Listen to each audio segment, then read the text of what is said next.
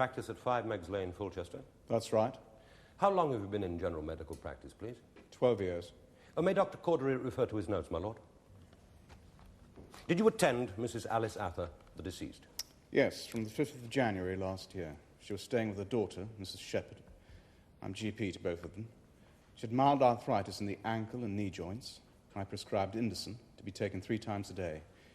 It's a pain-killing drug which comes in capsule form. I also recommended that Mrs. Atha be placed on a high-calorie, high-protein diet. Could she walk unaided? Oh, yes. The degree of arthritis wasn't that great. Well, thereafter, how often did you see Mrs. Atha? Once a month, for a repeat prescription and generally to see how she was feeling. The pain certainly eased. I kept her on indifferent. Did you visit her at home? Yes. She took to staying in bed more. She was an old lady who liked to pretend she was worse than she was in order to receive attention. I gathered that her daughter did a lot of running around for her. And how did you know this? From talking to her daughter, Mrs. Shepard. Old Mrs. Atha would frequently tell me that she was incapable of getting out of bed and walking. Some elderly people do like to play on their illnesses to get attention. What was her state of mind like? It tended to wander. She wasn't senile. Did you form an opinion as to whether she was eating or not? Yes. I got the impression she wasn't eating properly, that she liked cakes and biscuits, bread and butter, chocolates, things like that.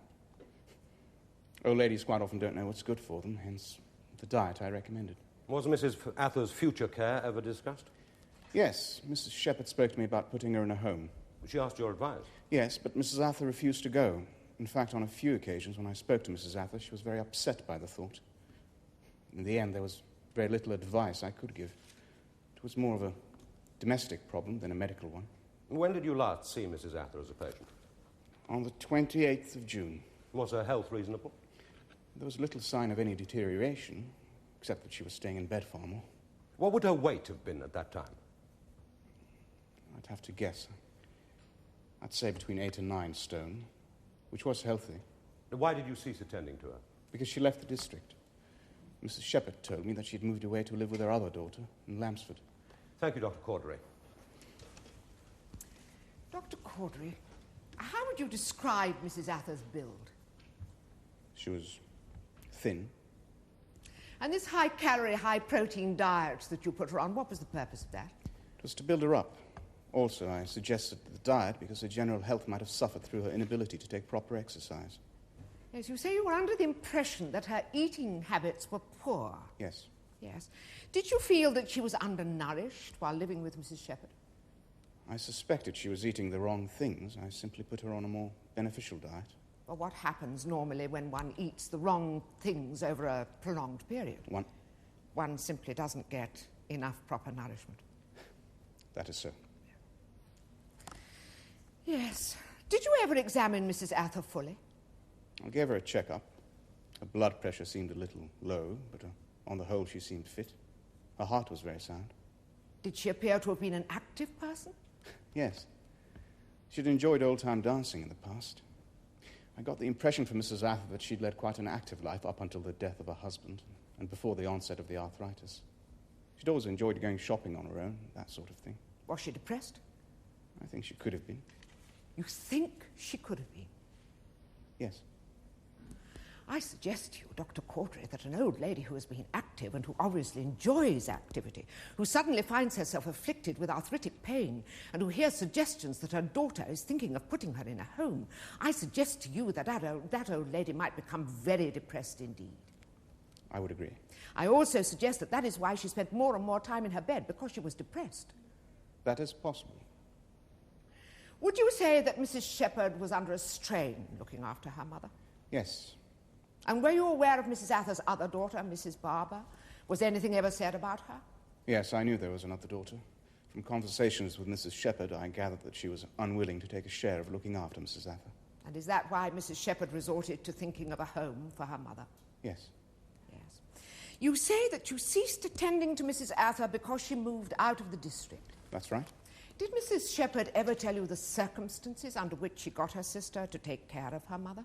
Yes. She said she'd driven her mother to her sister's and left her there. That her sister was now responsible for her care.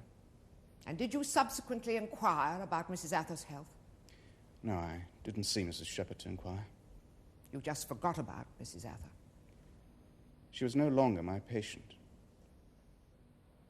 Are you Dr. Stephen Little? Yes. And where is your practice, please? 15 the High Street, Lambsford.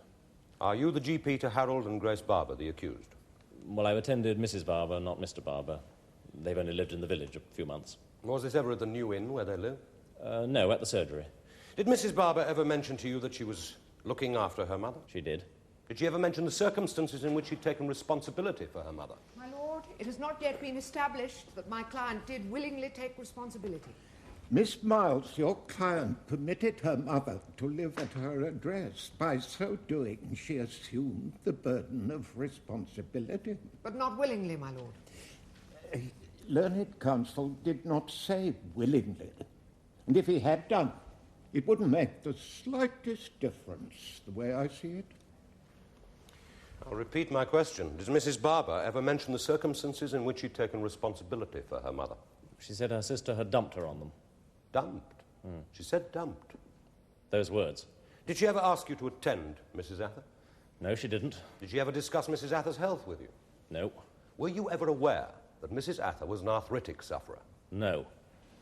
Moving to the events of the 1st of October last year, can you please tell the court, in your own words, what occurred? Well, I was telephoned just after 8 o'clock in the morning by Mr. Barber. Mrs. Barber had been in hospital for a week undergoing a hysterectomy. He asked me to come down to the New Inn and have a look at Mrs. Atha. He said that she wasn't breathing and he believed she could be dead.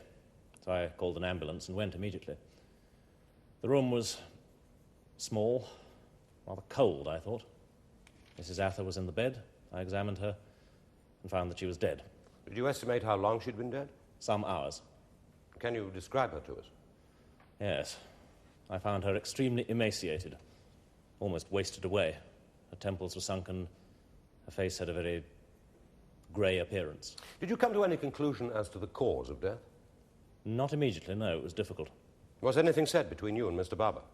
Well, I asked him if Mrs. Atha had been ill, and he said that she hadn't been eating properly and had totally lost her appetite. I asked him if any doctor had attended her recently. He said no. As a doctor, did that surprise you? Yes. It shocked me, in fact. I asked him why I hadn't been called in. He said he hadn't thought it was necessary. He'd been so busy running the pub and visiting his wife in hospital. What possibilities did you consider as to the cause of death? Well, at first I considered a wasting disease, of which, well, there are a few. And then, well, I thought a poison might have been involved. Did you consider starvation? I didn't, no. It's not the sort of thing one believes can happen, except sometimes in cases of anorexia nervosa. So I called the police. What was Mr. Barber's reaction to all this? Well, he was upset by the old lady's death. Thank you, Dr. Little. Dr. Little, did Mrs. Barber ever express any anxiety as to her mother's health? Never. But she told you quite openly that she was living there. Yes, She made no secret of the fact at all. that's right. Yes. And she said that her sister, Mrs. Shepard, had dumped her on herself and Mr. Barber. That's what she told me. Did she tell you why her sister had dumped her on them? I think she said her sister could no longer look after her. Did Mrs. Barber tell you how old her mother was? Yes, 73. And do you have many elderly patients? About 150. And as a GP, you're obviously well aware of the problems that beset the elderly. Of course. Did it never occur to you that an old lady in her 70s, whom you knew to be difficult, might be in need of some medical treatment? A doctor does not go out looking for patients. Really, my lord, who is on trial here? And I must correct my learned friend. Dr. Little did not know Mrs. Atha was difficult to look after. He'd been told that Mrs. Barber's sister could no longer look after her. Yes. You really mustn't put words into the witness's mouth, Miss Miles. I apologize for doing so, my lord. But carry on, by all means. Did you ever ask Mrs. Barber how her mother was? I was never asked to attend to her, so I assumed she was in good health. But there had been no attempt to conceal the fact from you that she was living there? None. Yes. You say you didn't consider starvation to be the cause of death, that you first considered a wasting disease. That is so. Do you know the disease tuberculous meningitis? Well, I know the disease. I've never come across a case before. And is it a wasting disease? Well, not always. But it can lead to emaciation. How does emaciation follow from the disease? I understand because it causes anorexia and the patient no longer eats. Anorexia? Yes. The loss of appetite.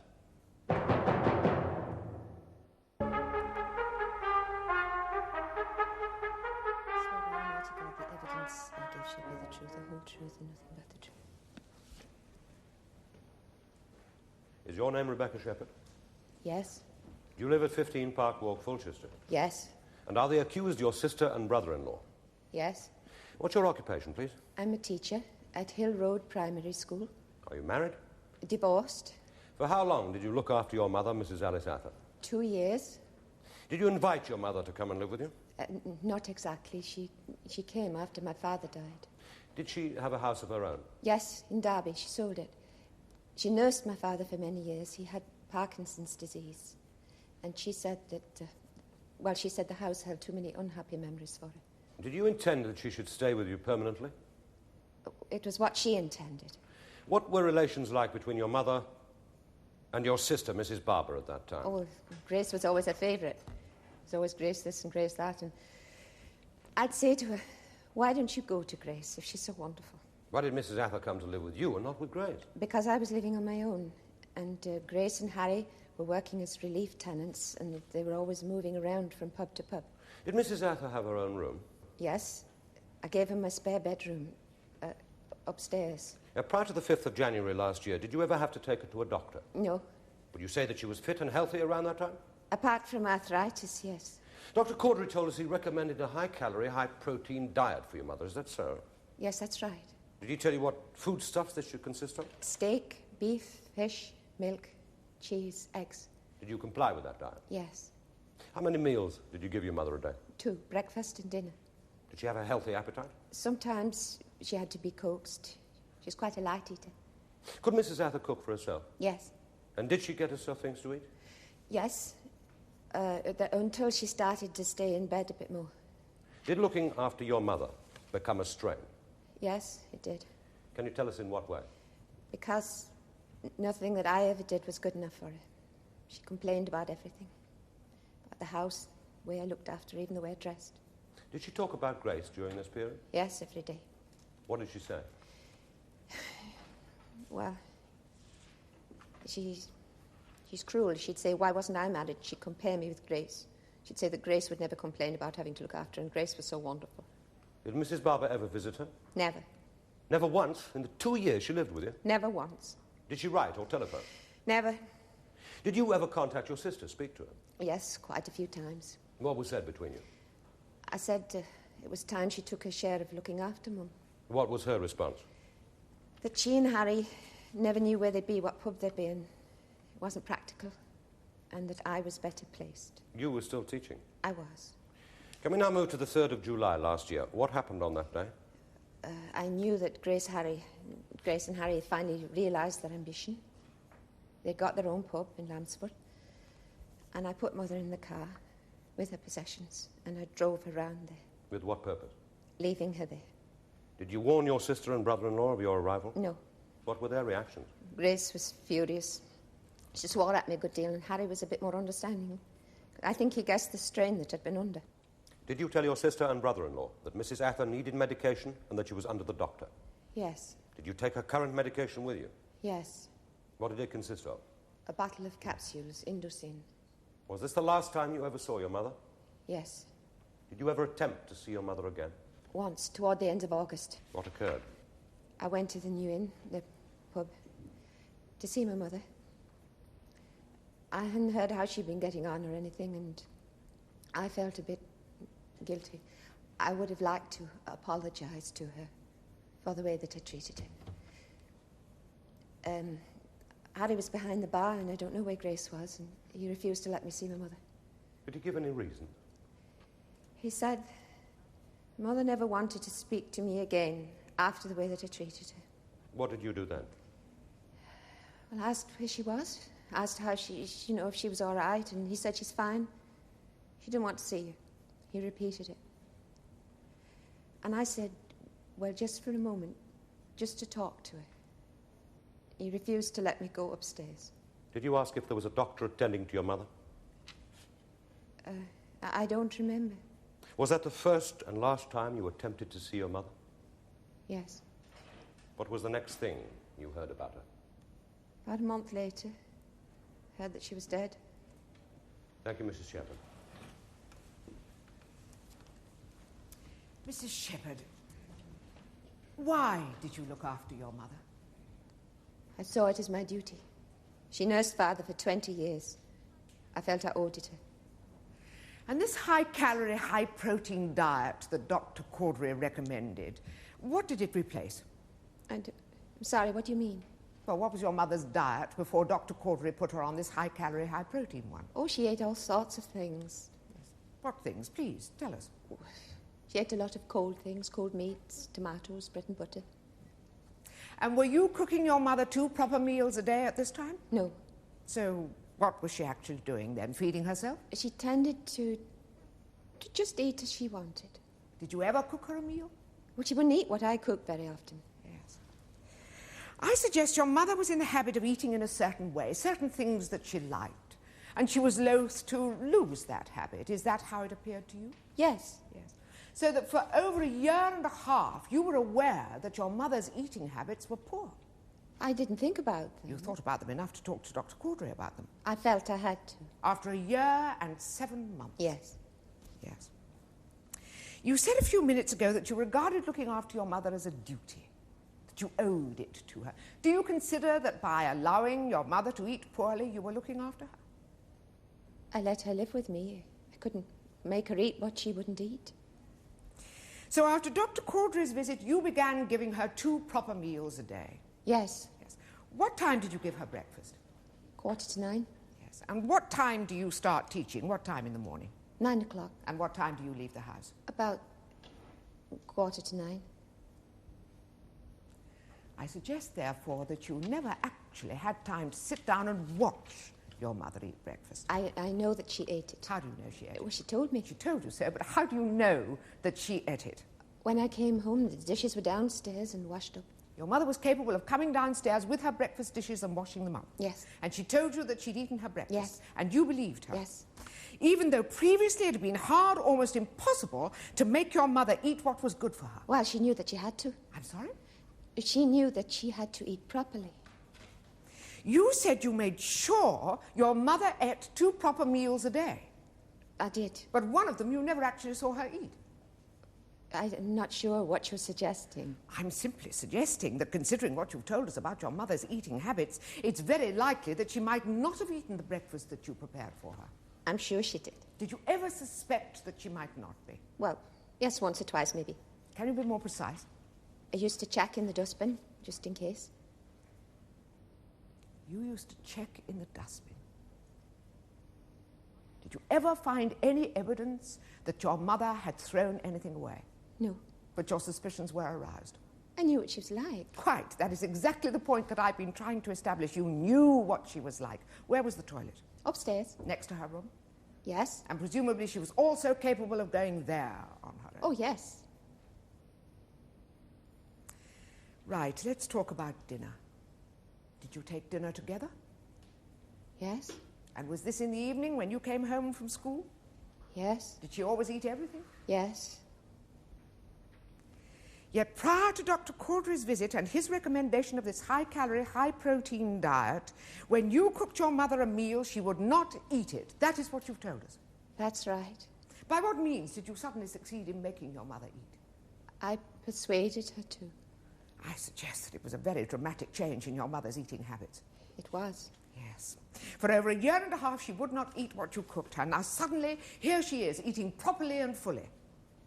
Yes. Did she like the food that you cooked for her? No. And yet she ate it. Yes. You said under examination nothing I ever did was good enough for her. She complained about everything. Did that include the food that you cooked for her? Yes.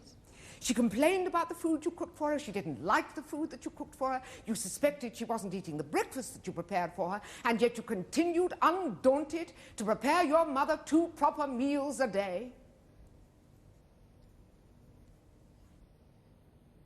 Is that true or not true? It's true.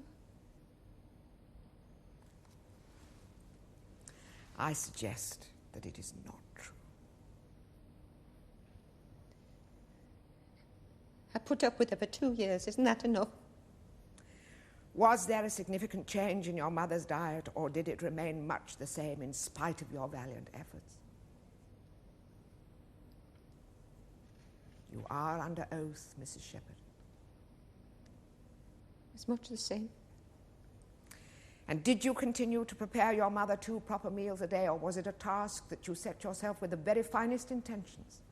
A task which you quickly realized was hopeless because of your mother's ways? What you said? I beg your pardon?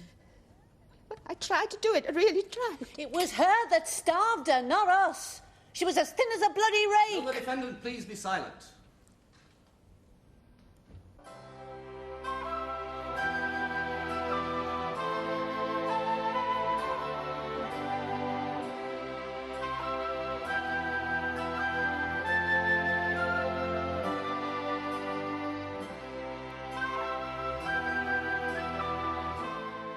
The case of the Queen and Barber will be resumed tomorrow in the Crown Court.